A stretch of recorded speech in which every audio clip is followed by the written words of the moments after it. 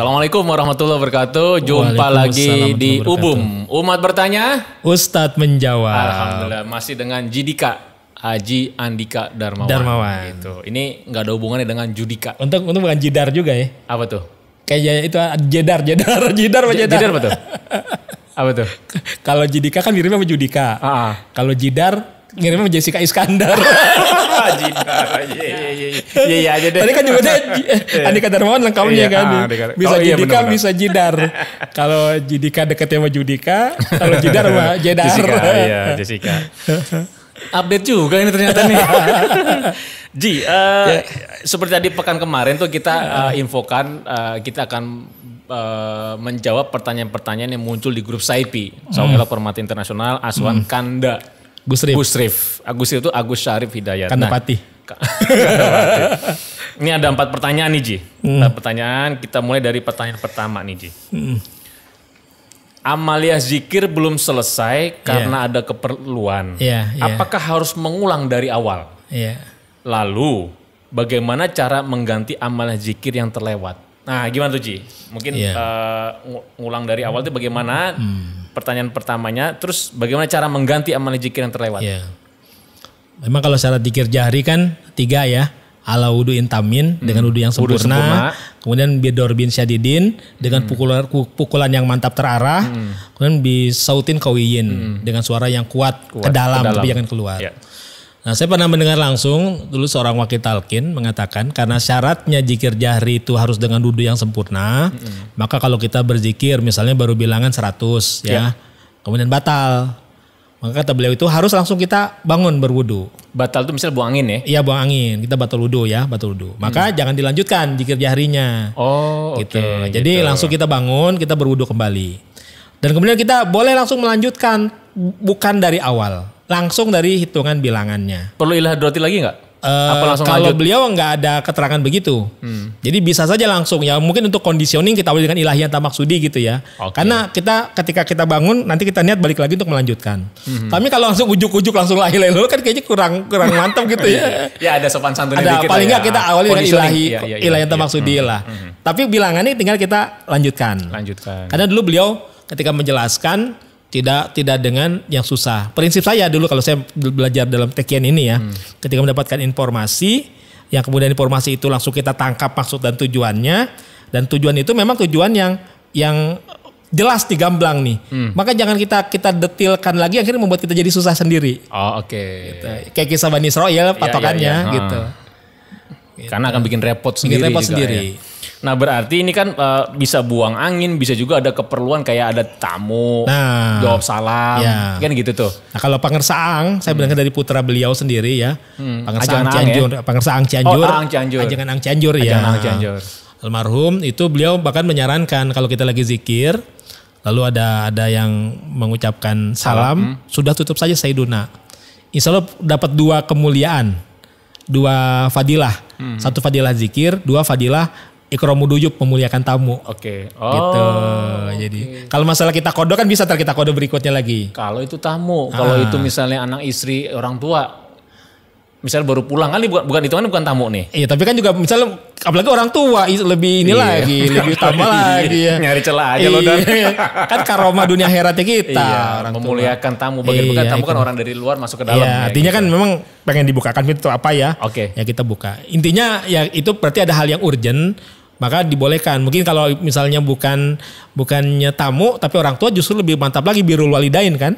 Kita menyambut panggilan orang tua gitu lebih kuat. Itu saya pernah kalau Pangersaang Cianjur ya mengatakan itu di stop saja. Jadi lebih mengutamakan dalam beribadah itu ya kalau kita yang mungkin yang awam lebih mengedepankan seperti wah ini kan kita sedang berzikir kepada Allah nih. Didahulukan gitu kan. Ternyata kalau beliau itu tetap lebih mengutamakan hablum minanasnya. Karena itu bukan ininya ya, buahnya ya. Dan juga kan kalau jawab salam nggak bisa dikodo Haji. Maksudnya kalau kita zikir katakan tadi Haji bilang, karena kita ingin memuliakan tamu, terbagi juga orang tua, udah kita Sayyiduna selesaikan. Dan itu bisa dikodo nanti, gitu kan. Tapi kalau jawab salam, kita lanjut terus, ntar jawabnya aja salam, kode C, orang udah nggak ada. Nah kalau misalnya ada orang lain di rumah, ada yang mengucapkan salam nih, kondisi ya, kita sedang zikir nih. Kemudian ada yang mengucapkan salam. Nah, di rumah kita ada orang lain nih. Maka walaupun kita mendengar salam, kita tidak wajib menjawab. Gitu. Karena orang berzikir jahri itu kedudukannya sama seperti orang sholat. Orang sholat kan ketika lagi sedang sholat nih, waalaikumsalam, sholatnya malah batal. Nah, kita pun begitu. Jadi Iwan sedang berzikir nih, tidak wajib menjawab salam. Kecuali kalau tadi memang kita ingin menghentikan zikirnya.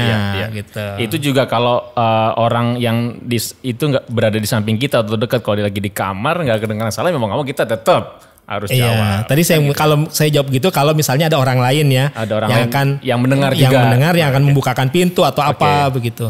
Nah itu kalau lagi zikir jahar. Nah kalau lagi zikir khafi perlakuan sama juga ya? Sama. Pokoknya kita sedang amaliyah itu ya, kita tidak wajib menjawab salam, termasuk juga tidak harus kita misalnya azan nih berkumandang nih, kita menghentikan aktivitas zikir jahri, tidak harus.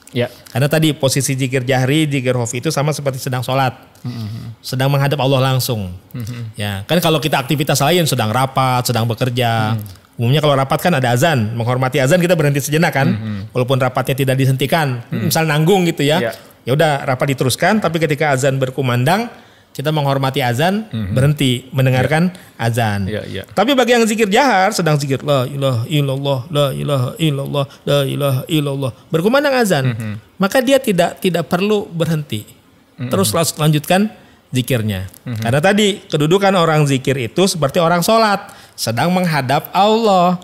Azan panggilan untuk menghadap Allah. Ini yang lagi dipanggil memang sedang menghadap Allah, maka dia tidak wajib menjawab ucapan azan gitu. Ada pernah juga sih nyaksiin misalnya ada ikhwannya misalnya lagi zikir jangan la ilaha illallah, la ilaha illallah. Terus dia ada keperluan yang memang mendesak ya, misalnya tadi kayak bukain pintu ya. Dia sambil diri manggil la ilaha illallah, la ilaha illallah. Terus selesai dia duduk lagi la ilaha illallah, la ilaha. Itu gimana Ji? Ya gak harus gitu juga. Nah tamunya bingung. Pas buka pintu. Nah, tamu tuh keluarga dia udah tahu lah. Cuma tak bukain pintu gitu. Gak harus begitu juga gak apa-apa. Justru gini. Toriko itu kan sebenarnya amalan sembunyi ya. Amalan dia kepada Syria ya. Ini kayak masuk lagi pamer gue lagi zikir nih. Jadi gak sampai gitu-gitu banget sih. Jadi artinya ketika kita mau melanjutkan. Tapi memang tidak ada orang yang membukakan pintu rumah nih. Ya udah kita bangun. Kita bukakan pintu, sambil kita berzikir ropi saja, kita balik ke tempat, lanjutkan aja zikir jahrinya. Takutnya teman mau minta tolong, nih orang kenapa? Gue mau ngomong jadi dia lagi zikir kan enak ya. Oke, nah terus cara mengkodonya tadi. Bagaimana cara mengkodo amalan zikir yang terlewat? Ya kan kita standar minimalnya 165 kali. Jadi bahasa pengersabah itu jangan sampai kurang dari 165. Lebih banyak lebih baik, itu lebih bagus itu bahasa pengersabah. Artinya 165 itu batas minimal. Termasuk ketika kita misal ingin mengkodok, maka patokan standarnya itu 165 saja, tinggal kita kalikan dengan berapa kali kita meninggalkan zikir. Kalau meninggalkannya 2 kali, tinggal 165 kali 2. Minimal. Ya, kalau misalnya meninggalkan zikirnya 3 waktu, 165 kali 3 gitu. Jadi bahasa gampangnya tinggal dilipat gandakan. Jadi tata cara zikirnya tetap sama, ya dari ilah hadrati Nabi sampai ke ilahinya sama. Kemudian kita langsung masuk ke zikir, ya hanya tinggal dilipat gandakan saja. Jumlahnya aja. Oke, namun ini Jia, mengkodo itu nggak boleh menjadi kebiasaan. Itu hanya untuk kepentingan yang mendesak, yang urgen tadi ya. Nggak bisa menggampangkan kayak pengen buru-buru pengen makan siang atau segala macam gitu ya. Karena itu malah jadi nanti malah kita lebih memperturutkan hawa juga, biologis juga kalau kita ke sana. Dan juga kalau untuk mengkodo itu untuk yang telah lewat, bukan tidak bisa niat untuk inden untuk yang ke depan. Deposit. Misalnya kita zikir nih waktu subuh, sengaja zikirnya 1000 misalnya ya. Enter sengaja kita zikir di zuhurnya cuma 3, asarnya 3, misalnya maghribnya 3. Atau udah zikir di subuh. Nah itu gak berlaku untuk yang deposit ke depan.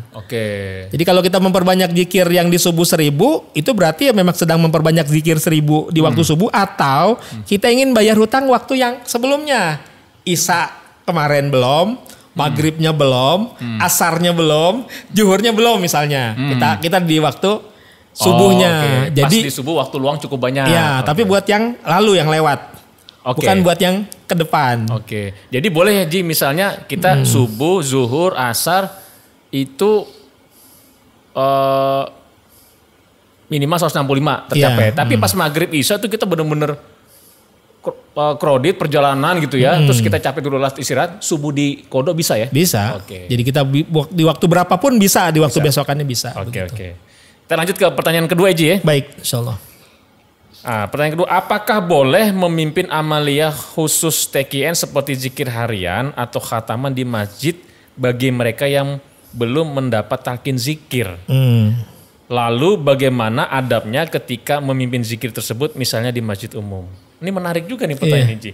Mimpin amalia zikir harian atau khataman di masjid bagi mereka yang belum mendapat talqin zikir. Iya.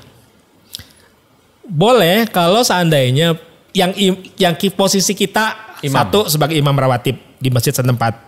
Ya, kedua mungkin kita setelah kita melakukan tidak ada polemik dengan DKM, tidak ada polemik dengan jamaah. Gitu. Jadi kalau memang jamaah tidak berpolemik dan mereka juga senang-senang aja. Jadi masalah mereka tidak talqin zikirnya atau belum talqinnya itu masalah belum mendapatkan kesempatan. Betul. Bukan karena penolakan. Betul. Mereka senang sama zikir. Senang sama zikir nih, hanya belum dapat kesempatan waktu talqin. Maka ketika kita kemudian mengimami, maka dengan senang hati kan mereka mengikut. Tapi seandainya ya, misalnya kita mimpin zikir, lalu ternyata pihak DKM-nya nggak suka, bahkan anti dengan zikir, termasuk jamaahnya, kan timbul jadi polemik. Ya akhirnya mereka berusaha kan mengkudeta imam tuh. Maka status kita sebagai imam rawatib itu kan, ya akhirnya nanti malah jadi nggak maslahat lah, baik buat diri kita sendiri maupun buat lingkungan. Jadi amannya tadi kalau seandainya memang di sana masih belum menerima zikir, maka pilihannya kalau kita menjadi imam, jelas kita ikuti amalan mereka dulu. Lain cerita kalau kita menjadi makmum, imamnya orang lain. Kita punya 3 pilihan. Kalau tadi menjadi imam kan cuma 1 pilihan. Kita justru membawakan amalan secara umum. Karena tadi zikir ada manfaatnya, tapi dengan sebab kita zikir timbul mudorot, maka kaidah usul fikihnya bahwa menghindari mudorot ya, jadi darul mafasid muqaddamun ala jalbil masolih. Jadi mencegah kerusakan itu lebih diutamakan daripada mengejar kemaslahatan kebaikan. Jadi tentu kita tahu berzikir tekin ada manfaatnya buat kita, ya. Tapi kemudian terjadi mudorot, perpecahan, ini kita hindari. Jadi kalau kita jadi imam, cuma 1 pilihannya kita membawa amalan masyarakat setempat. Tapi kalau kita jadi makmum, ada 3. Yang pertama, ya tentu kita boleh berzikir tekin secara langsung dengan catatan jangan posisi kita di belakang imam pas. Gitu. Jadi kalau sengaja kita mau mengamalkan langsung nih habis salam nih, ambil posisi bisa di pojokan atau di sap yang keberapa. Mengganggu itu Ji ya. Itu pilihan pertama. Pilihan kedua, ya udah kita boleh mau ikut amalan umum dulu. Nanti setelah itu disambung. Tapi masih di masjid yang sama, di tempat itu juga. Pilihan ketiga, kita mengikuti amalan umum, kemudian kita pulang ke rumah ngamalinnya di rumah. Nah, kan ada 3 tuh pilihannya. Betul. Gitu. Aneh dulu begitu tuh Ji. Iya, jadi ikuti aja. Dalam bertarekat kan gak ada main harus-harusan ya. Ikuti mana yang kolbu kita nyaman, tentram. Jangan malah bertarekat muncul masalah baru gitu. Nah, ya itu udah termasuk tadi pertanyaan selanjutnya itu betul. Lalu bagaimana adabnya ketika mimpin zikir tersebut di masjid umum? Nah, jadi sekalian tadi kan sudah ya. Nah, mungkin pertanyaan gini Ji. Salah satu dalam bentuk adab ini kan terkait dengan suara ya, karena kan zikir jahar itu kan terdengar suara. Nah kalau kita di masjid umum, kalau kita jadi imam dan masyarakat atau jamaah itu memang tidak ada penolakan karena belum ada kesempatan, nggak jadi masalah. Gitu kan. Tapi kalau mereka ada itu kita zikir umum. Nah kalau tadi kita posisi makmum, bagaimana ini adab untuk suara nih Ji? Adab suara itu ya tadi apalagi kita misal imam sedang mimpin zikir sendiri. Maka paling tidak suara kita jangan sampai yang mengganggu suara imam yang sedang memimpin zikir. Ya, zikir sebab ada sholatnya ya dengan mayoritas jamaah. Jadi minimal suara zikir kita itu terdengar dengan telinga kita sendiri. Walaupun lirih ya, la ilaha illallah, la ilaha gitu ya. Dan gerakan nggak perlu ekstrim. Nggak perlu ekstrim. Oh nggak perlu. Jadi cukup itu kita di belakang imam lagi. Gitu. Jadi kalau pilihan yang pertama tadi mau langsung zikir, pilihannya kita jangan duduk di posisi belakang imam. Apakah kita di pojok kanan, pojok kiri, atau di saf berapa di belakang, begitu. Pertanyaan ketiga nih Ji, kita lanjut. apakah boleh Ikhwan TKN menambahkan bacaan tawasul atau membaca Yasin tahlil saat berziarah atau dalam acara haul? Ya. Apa sebetulnya yang dimaksud dengan menambah atau mengurangi amal TKN Pontren Suralaya? Ya. Kalau misalnya kita, ini kalau bicara hukum ya nggak ada larangan cara hukum. Tapi kalau bicara adab, adab murid itu adalah dia itiba itu ikut apa yang dilakukan oleh guru. Dia istima itu dia menerima tanpa reserve, tanpa keraguan. Yeah. Dia ijtima, dia selalu bersama dengan guru baik secara zahir maupun secara batin. Jadi itu adalah merupakan adab murid. Maka ketika kita mengamalkan TKN ya walaupun tadi secara hukum tidak ada larangannya. Yeah. Tapi secara adab ya ada baiknya ketika kita mengamalkan termasuk ketika kita ziarah maka lakukanlah ada tata-tata cara ziarah sebagaimana yang dipraktikkan ketika kita ziarah ke Puncak Suryalaya, ke makam Abah Sepuh, makam Pangersa Abah Anom ya. Kita praktikkan seperti itu dengan cara baca tawasul Hadrorat Fatihah 1 sampai 7 ya. Kita teruskan Al-Ikhlas 3 kali, Al-Falaq, Anas, lalu Al-Fatihah, kemudian Alif Lam Mim ya.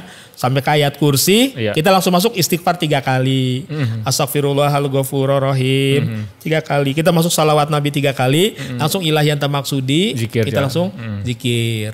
Lalu setelah itu sampai akhir seperti halnya kita zikir harian. Jadi kalau kemudian seandainya ya kita yang diundang di majelis umum, di masyarakat umum. Kalau misalnya mereka memang ingin dengan Yasin, tujuannya sebenarnya kita diminta untuk memimpin Yasin tahlil. Pilihannya bisa gini, kita bisa mengamalkan sepenuhnya amalan tradisi umum masyarakat setempat, atau boleh kita menyisipkan yang dimungkinkan. Misalnya, jangan menyisipkan Hadrorat Fatihahnya. Karena memang pada awal ini adalah amalan Yasin tahlil, maka tata caranya ya karena di masyarakat umum ya nggak perlu terlalu kita panjang 7 Al-Fatihah. Pilihannya cukup Al-Fatihah Hadrorat yang pertama, Hadrorat yang kelima ahli silsilah, Hadrorat yang ketujuh ahli Jamil Mukminin wal Mukminat. Dan termasuk di situ boleh kita tambahkan nama-nama dari sifulan yang akan dibacakan dalam tahlil atau dalam tahlil ya sama Yasin ya. Yasin tahlil. Nah setelah itu kan kita baca Yasin. Nah setelah itu ya boleh kita terapkan mengikuti apa yang dalam amalan umum ya Yasin. Jadi memang prinsipnya itu memang amalan umum, tapi kemudian kita sisipkan amalan TKN. Justru bukan TKN yang berubah jadi amalan umum. Itu nggak masuk klasifikasi menambah atau mengurangi. Memang prinsipnya amalan umum. Cuma kita karena terbiasa bertabaruk, kayaknya merasa tidak, kita sendiri secara ruhani ya, secara spiritual ingin menyambungkan. Iya, kayaknya tidak nyaman kalau kita tidak melibatkan guru kita dalam robito, dalam tawasul. Pertanyaan gini Ji, ada juga misalnya ketika kita ziarah mungkin ke orang tua ya. Itu kan kalau kita tawasul kan bagaimana menyebut nama orang tuanya itu di posisi mana nih Ji? Kalau di posisi umum kan memang nggak ada nama orang tua kita, tapi kita ingin sisipkan itu di mana Ji? Ada pilihannya, pilihan di Hadrorat Fatihah yang ketujuh boleh disisipkan di situ. Ketujuh? Ya ketujuh, atau boleh secara khusus. Jadi setelah yang 7 Hadrorat Fatihah boleh tambahkan khusus 1 lagi. Tapi kalau saya pribadi, saya dari dulu senang itu. Jadi saya tidak merubah 7 menjadi 8. Kan Allah suka yang ganjil nih. Itu sudah cakep banget kan 7 Hadrorat, 7 mata rantai Hadrorat Fatihah. Tinggal di Fatihah itu ketika sampai miwaladi Adam ila yaumil qiyamah, tinggal tambahkan kata khususon. Kan kalau biasanya itu langsung syai'ulillahil umul. Nah sebelum syai'ulillahil kita tambahkan khususon. Jadi jumlah Fatihahnya tetap 7 kan ganjil. Gitu. Atau bisa juga ini Ji, setelah tawasulan, zikir jahar seperti biasa, selesai semua rangkaian, baru kita doa khususon ila ruhi.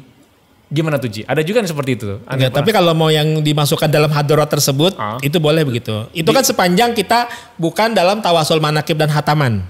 Tapi kalau tawasul hataman dan manakib tidak boleh. Karena sudah itu wazifah. Wazifah itu sedang kita melakukan kewajiban murid. Mengamalkan bimbingan guru, maka tidak boleh ditambahkan, tidak boleh dikurangin. Walaupun kita menambahkan nama orang tua kita, nggak boleh. Iya, itu kalau amalia zikir harian dan zikir hatam. Hataman, manakiban, tawasulnya tidak boleh ditambahkan. Tapi kalau kita haul, kita ziarah, kita tahlilan, boleh. Di mana aja boleh. Tapi tadi saran tadi di Fatihah ke-7. Tapi boleh juga kalau nanti setelah selesai semua rangkaian, dia khusus ruhi untuk ini nggak apa-apa juga ya. Iya, nggak ada larangan. Oke, berarti Ji, yang dimaksud dengan menambah mengurangi berarti apa nih Ji?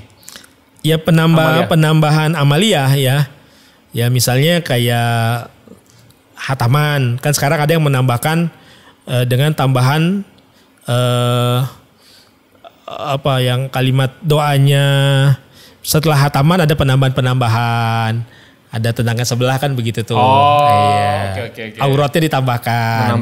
Sholatnya juga ditambahkan. Tidak, kita kan isrok, istiadah, istikharah, 3. Ada isti'anah kayak gitu. Jadi ya seolah-olah kan karena sudah merasa punya kapasitas sebagai mursyid ya, seolah punya otoritas. Itu jadi penambahan tuh walaupun sholat. Iya. Tapi kan ibaratnya ini tidak diperintahkan pangersabah dan tidak ada contohnya. Dan mereka menambahkan setelah istikharah isti'anah. Jadi definisi menambahkan temuan bukan hanya untuk amalan zikirnya ya? Iya, dalam zikir juga ada penambahan juga misalnya. Setelah nama pangersabah ditambahkan lagi. Bisa. Nah itu tidak boleh. Atau meng-create sholat sunat. Tadi penambahan sholat sunnah itu penambahan juga. Atau dalam hataman kita kan cuma Robbana ftah bainana. Mereka menambahkan Robbana sabit akdamana gitu ya. Yang ada semacam kayak itu doa-doa yang doanya talut nih. Saya agak lupa ya. Ini terakhir Ji. Terkait latifah nih. Ada yang nanya nih Ji.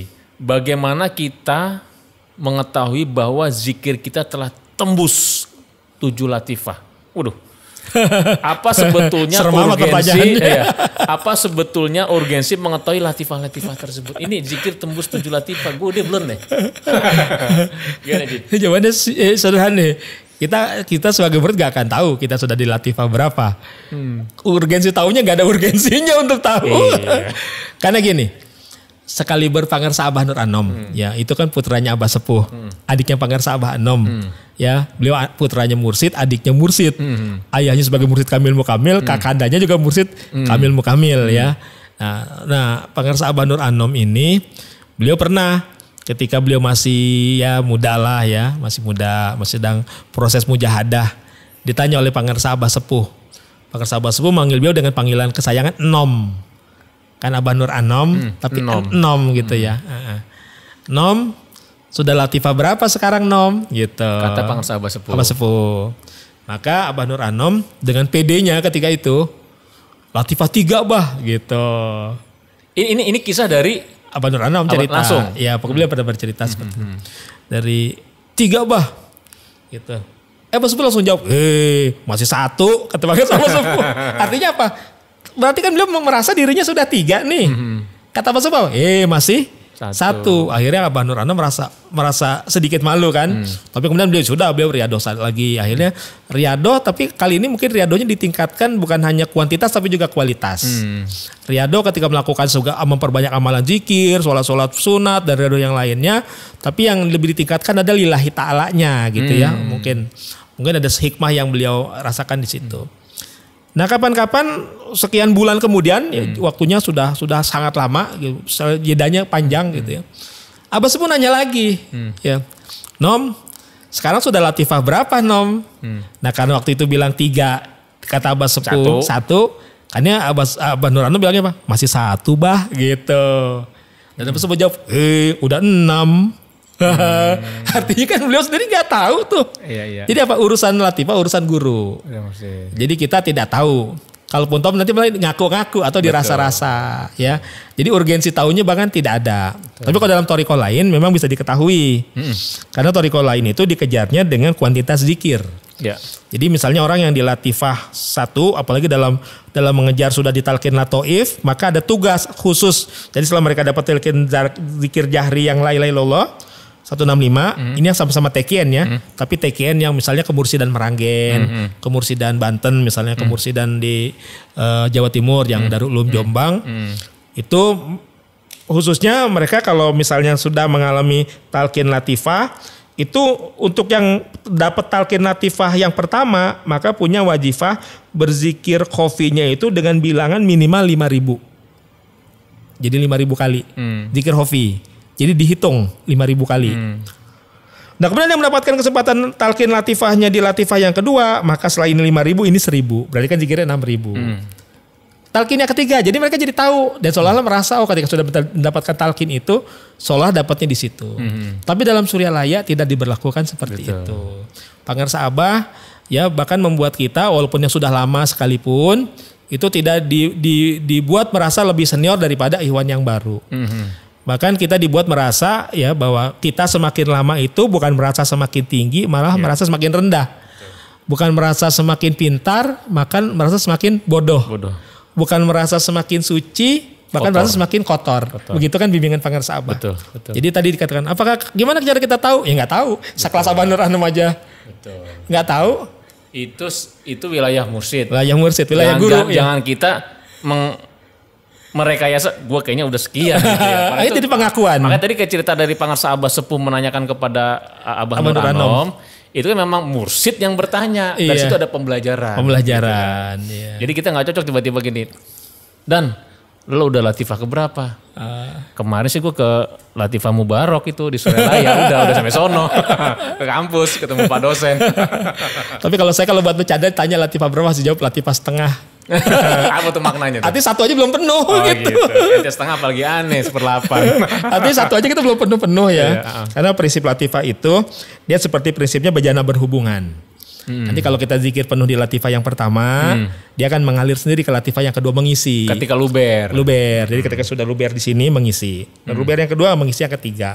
Terus demikian seterusnya. Jadi kita cukup fokus saja pada latifah yang pertama, walaupun nggak ngalamin prosesi talqin zikir latifah, kita hanya mengalami talqin yang zikir yang pertama kali itu, tapi ketika diamalkan dengan sungguh-sungguh, semua kena. Istiqomah, ikhlas istiqomah. Bahkan kita mengamalkannya ya tadi syaratnya jangan cuma mentok 165. Gitu. Itu gimana mau ngisinya? Maka kalau sudah situ, maka dalam satu hari itu carilah waktu yang kita sengaja pol-polan. Ya, maksudnya di antara 5 waktu itu kita pilih yang pol-polan di antara itu. Makanya di situ minimal 165 lebih banyak lebih bagus. Kita mau yang 165 aja atau mau yang lebih bagus? Yang lebih bagus tentu. Masya Allah. Ini terima kasih nih Ji. Tuntas tadi ada 4 pertanyaan. Jadi kalau sahabat Ubum ada beberapa pertanyaan terkait dengan amalia atau ke TKN nanti bisa tulis di komen nih. Di komen tanya, insya Allah nanti itu akan kita bahas pada episode yang akan datang bersama Haji Rika. Dan kami dari TKN juga mengucapkan terima kasih nih atas teman-teman yang sudah ikut kontribusi nih untuk pengembangan dakwah TKN News. Itu donasi itu ada di caption kita, di link bisa dicek, dan kami sangat berterima kasih. Dan jangan lupa unduh aplikasi TKN News. Karena sekarang kita sudah ada aplikasi, di situ ada konten amalia, di situ ada berita, di situ juga ada agenda dan jadwal sholat lainnya. Terima kasih teman-teman semua. Insya Allah kita jumpa pekan depan dalam acara Ubum. Umat bertanya, Ustadz menjawab. Assalamualaikum warahmatullahi wabarakatuh. Waalaikumsalam warahmatullahi wabarakatuh.